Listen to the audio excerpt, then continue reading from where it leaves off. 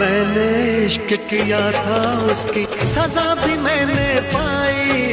So வணக்கம் film makers. நீ என்ன கோமாளி?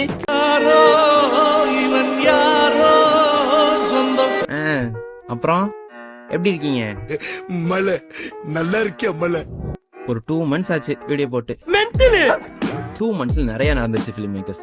மஞ்சள் சட்டை ஸ்கேமு, மஞ்சள் விரன் ஸ்பேமு, நான் செவனே தானா போய்க்கிருந்தேன். வாசன் சூப்பர் ஸ்டாரோட சண்டை அண்ட் விஜயனாவோட மாநாடு. இப்போ நம்ம டர்ன். என்னப்பா கம்பேக் கொடுக்கலாமா? இருங்பாய்.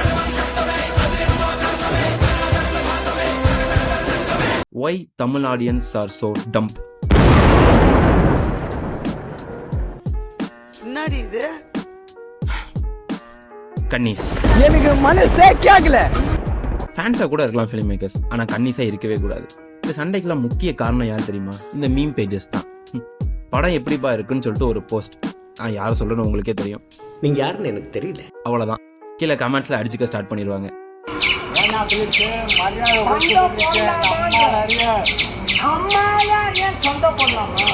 ரீசெண்டா கூட புஷ்பா 2 crowdல ஒரு லேடி இறந்துட்டாங்க, எல்லாரும் பார்த்திருப்பீங்கன்னு நினைக்கிறேன். உண்மை என்ன தெரியுமா ஃபிலிம் மேக்கர்ஸ்? அவங்க நிம்மதியா வெக்கேஷன்ல இருப்பாங்க படம் நடிச்சுட்டு. லாஸ் ஆகுதோ இல்லையோ அவன் சம்பளம் வாங்கிட்டான், அவ்வளவுதான், அவன் ஹாப்பியா இருப்பான். அந்த போஸ்ட் போடுறான்ல, அவனுக்கு கூட ப்ரமோஷன்ல காசு நல்லா வரும். ஆனா கடைசியில நம்ம தான் ஜோக்கர் ஃபிலிம் மேக்கர்ஸ். அசையாத மரம் ஒன்று உயிர்ந்தது கீழே. மூவிஸ் பாருங்க, ஃபேன்ஸா இருங்க, ஆனா கன்னிஸா இருக்காதீங்க. போய் படிச்சு முன்னேற வழியை பாருங்கடா. படிடா ஒழுங்கா படிடா.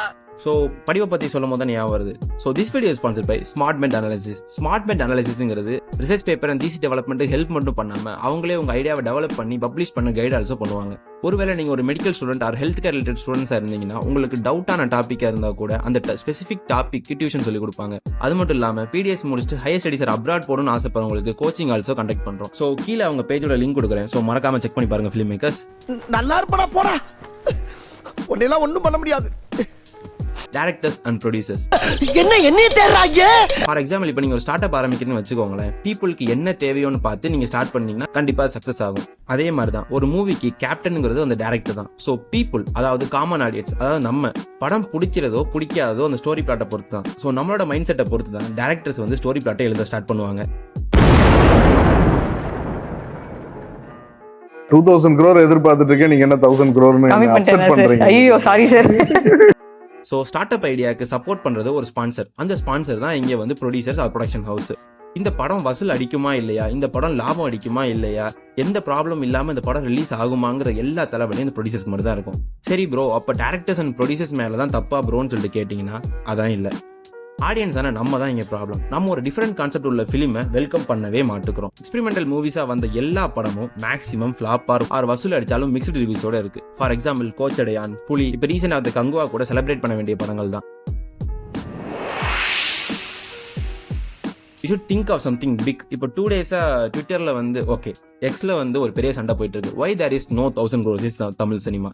ஸோ நீங்க மாறினாதான் தமிழ் சினிமா மாறும். ஒரு ஃபேக்ட் என்ன தெரியுமா ஃபிலிம் மேக்கர்ஸ்? கமல் சாரோட ஃபிளாப்பான மூவிஸ் எல்லாமே அப்சல்யூட் சினிமா. முடிஞ்சா போய் செக் பண்ணி பாருங்க.